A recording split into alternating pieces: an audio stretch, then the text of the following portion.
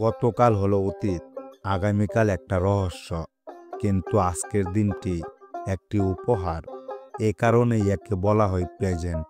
সময়ের সাথে সাথে যদি ভালোবাসা কমে যায়, বুঝে নেবে এটা কখনো ভালোবাসাই ছিল না, এটা ছিল সময়ের প্রয়োজনে একটু ভালো লাগা। কারো হৃদয়ে আঘাত করাটা সাগরের বুকে পাথর ছুঁড়ে মারার মতো। কেউ জানে না সে পাথর কত গভীরে আঘাত করবে, শুধুমাত্র যার হৃদয়ে আঘাত করবে সেই বুঝবে।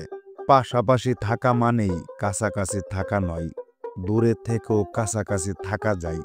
এটা কেবলমাত্র আপনার মানসিকতার উপর নির্ভর করে।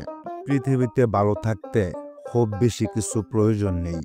একটুখানি সততা, নিজের উপর বিশ্বাস, অল্প কিছু আপন মানুষ যারা তোমাকে চোখ বুজে বিশ্বাস করবে, কিংবা যাদের কাছে প্রাণ খুলে কথা বলতে পারবে। আর অল্পতেই সুখী হবার মানসিকতা। ভালো থাকো সবাই, ভালো রাখো প্রিয় মানুষদের, ভালো থাকো আপনজনেরাও। কখনো কাউকে অযোগ্য বলে অবহেলা করো না। ভেবে দেখো, তুমিও কারো না কারো কাছে অযোগ্য। কেউ কারো যোগ্য নয়, যোগ্য বিবেচনা করে নিতে হয়। তোমার ভুলগুলোকে নিজের সাথে বহন করো না, সেগুলোকে পায়ে নিচে ফেলো এবং সেগুলোর উপর ভর দিয়ে সামনের দিকে এগিয়ে চলার কাজে ব্যবহার করো।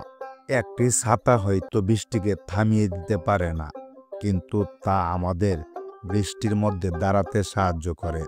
তেমনি নিজের প্রতি কনফিডেন্স হয়তো নিশ্চিত সাফল্যের নিশ্চয়তা দেয় না, তবে তা আমাদের যে কোনো চ্যালেঞ্জ মোকাবেলা করার শক্তি দেয়।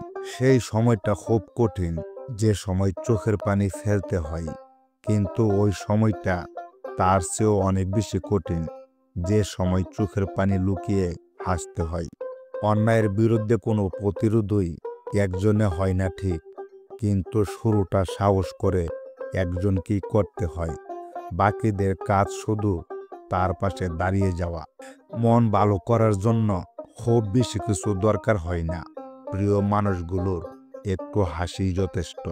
কাপড় রঙিন করতে হয়তো রঙের প্রয়োজন হতে পারে, কিন্তু জীবন রঙিন করতে রঙের প্রয়োজন হয় না।